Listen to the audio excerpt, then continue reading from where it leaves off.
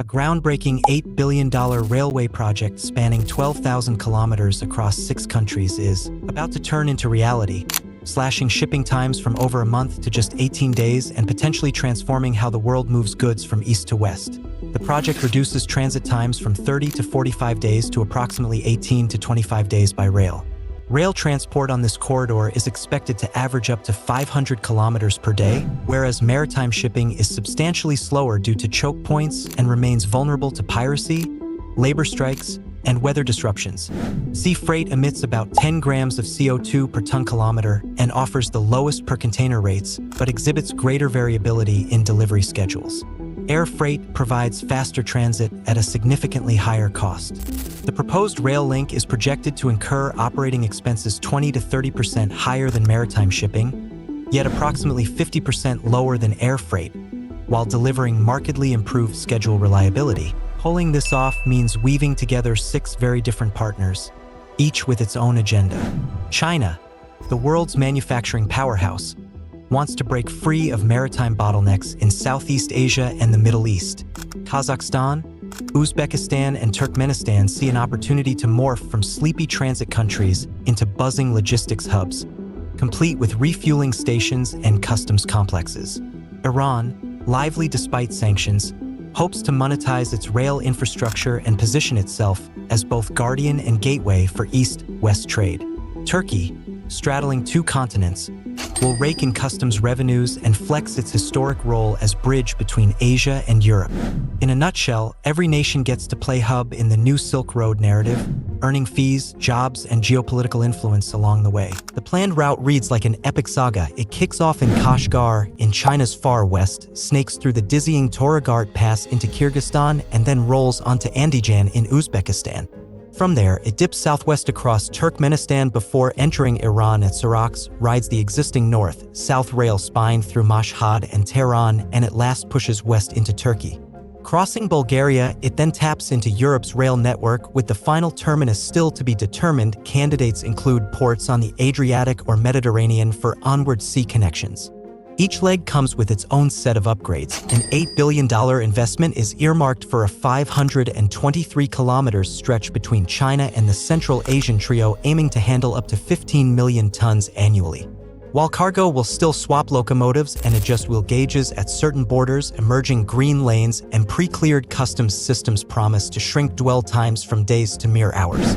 Engineering this corridor demands more than laying down new sleepers. The high passes of the Toragart region crest at over 3,700 meters, requiring avalanche-proof galleries and climate-controlled tunnels to keep trains running in sub-zero winters. Track gauges differ: broad gauge across Central Asia, standard gauge in China and Iran, so advanced gauge change systems now perform automated bogie swaps in under an hour. Digitized manifests, pre-clearance programs, and priority scheduling create border express lanes that zap paperwork congestion. And on the hardware side, hybrid diesel-electric locomotives adapt to patchy power grids and fuel types, cruising at up to 120 kilometers per hour on flat stretches. Together, these innovations let a container train average nearly twice the daily mileage of its seaborne counterpart. Why should any of this matter outside logistics war rooms? For starters, e-commerce is ravenous for speed. Retailers from Amazon to Alibaba have built empires on 2-day delivery. But transcontinental restocking still chugged along at maritime pace, until now. Imagine ordering a limited edition sneaker in Berlin and having it arrive from Shenzhen in under 3 weeks, with fewer delays than sea freight. That agility translates into higher sales, lower safety stock buffers, and leaner warehouses. From a cost perspective, rail offers a compelling middle ground. Freight rates about a quarter higher than sea, yet half those of air. For high-value, time-sensitive goods, electronics, perishables, fashion knockoffs, the economics are hard to beat. Reliability is just as crucial. Railroads aren't vulnerable to storms in the Gulf of Aden or concentrated labor strikes at megaports. On top of speed and savings is a greener footprint. Over the full 12,000 kilometers and millions of tons shifted, that reduction compounds into hundreds of thousands of tons of CO2 annually.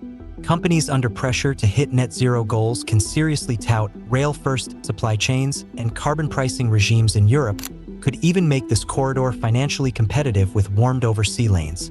Central Asian hosts might bank on clean electricity for future segments, linking solar farms or wind parks to rail yards for zero-emission locomotives. In climate terms, this isn't greenwashing. It's a tangible step toward leaner global trade. But no grand scheme sails without hiccups. The terrain demands constant maintenance. Sand drifts in the deserts, snow drifts in the highlands, and acute thermal swings that warp rails. Funding all the upkeep raises questions. Who covers the cost when desert storms bury tracks in Turkmenistan or avalanches strike China's mountains? Customs harmonization, even with green lanes, still runs up against divergent regulations, potential bribes, and political whiplash when governments change tack. Local communities worry about land grabs and environmental damage, demanding transparency on labor conditions and ecological impact studies. Meanwhile, surveys of private shippers show eager anticipation for faster trips, but also skepticism about policy stability in each transit country. All these factors are playing out against a backdrop of geopolitical chess. The United States has long criticized China's Belt and Road Initiative as debt trap diplomacy, and this rail link is no exception. Pentagon strategists eye its dual-use potential, imagining troop or equipment movements masked as commercial shipments. Washington is quietly countering with investments in the Trans-Caspian Corridor, India-Iran port deals, and infrastructure ties in the Caucasus, hoping to offer alternatives to Beijing's iron ambitions. Diplomatically, the U.S. wants its European and Central Asian partners to diversify, but without alienating China entirely, an intricate dance on the global stage. When that first container train finally whistles into a European terminal, the logistics map will never look the same. This isn't just a project of steel and funding. It's a colossal experiment in speed, sustainability, and strategic influence.